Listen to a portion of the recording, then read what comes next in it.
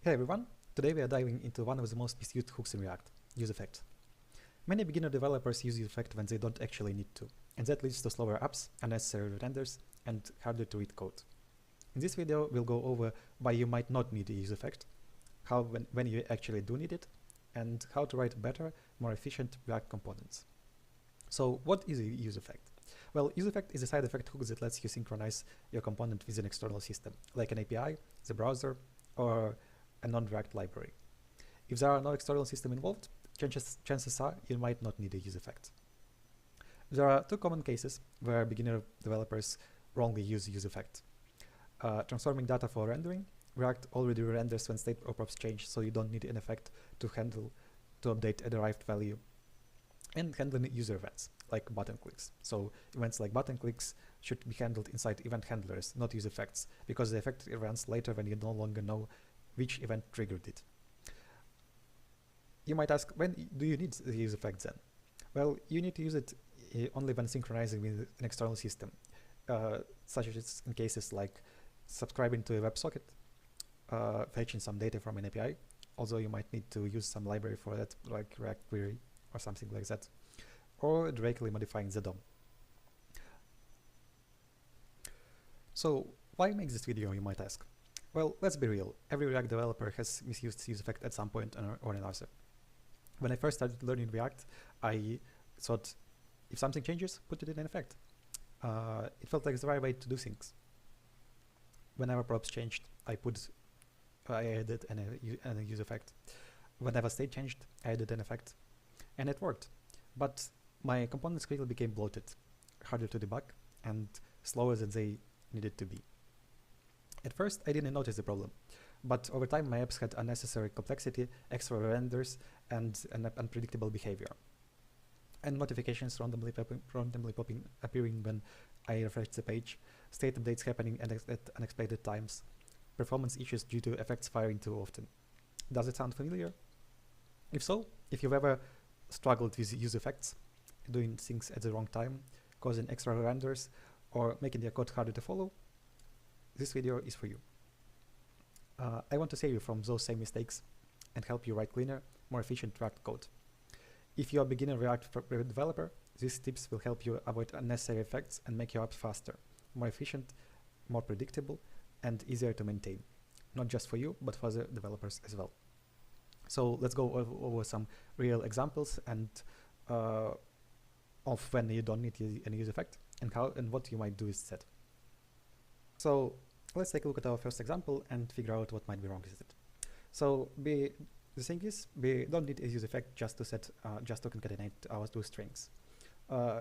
React already renders our component whenever our state or props change, and the extra state, namely full name, and the extra useEffect just add unnecessary complexity and cause an extra render in our component.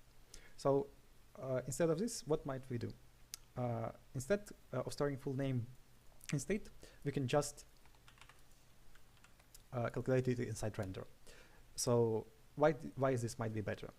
The thing is, pure state variables just means simpler code. That's the first thing. Second, no extra renders means better performance. And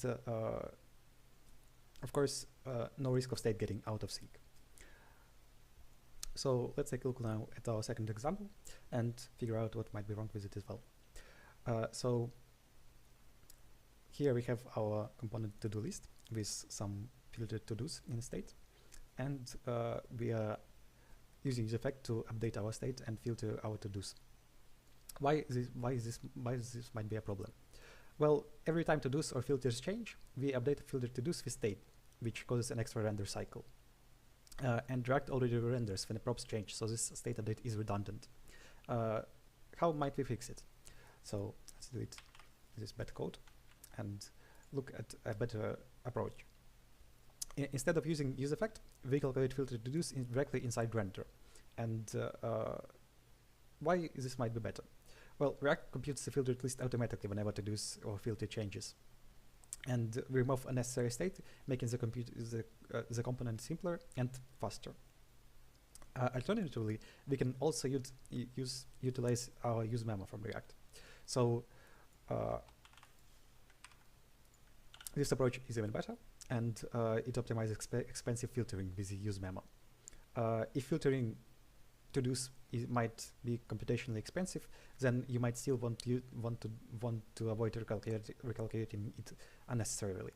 In that case, use memo.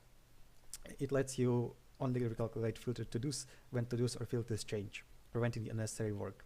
And use this if filtering is expensive, otherwise just compute it inside the renderer.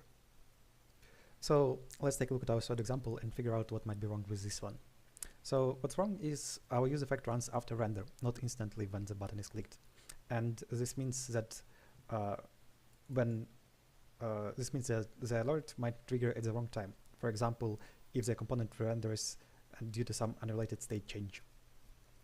We might also add some unintended side effects. If product is in cart, if product is in cart, is saved in a state or a local storage, the alert could appear again when the page reloads, and you lose control over when the notification triggers. So the effect fires whenever product changes, but you don't know what triggered the change, and was it a user action or something else? Better approach would be to call function directly in event handler. So let's delete the bad code and look at the correct approach. Why is this better? So the alert only runs when the user clicks the button and not on the renders.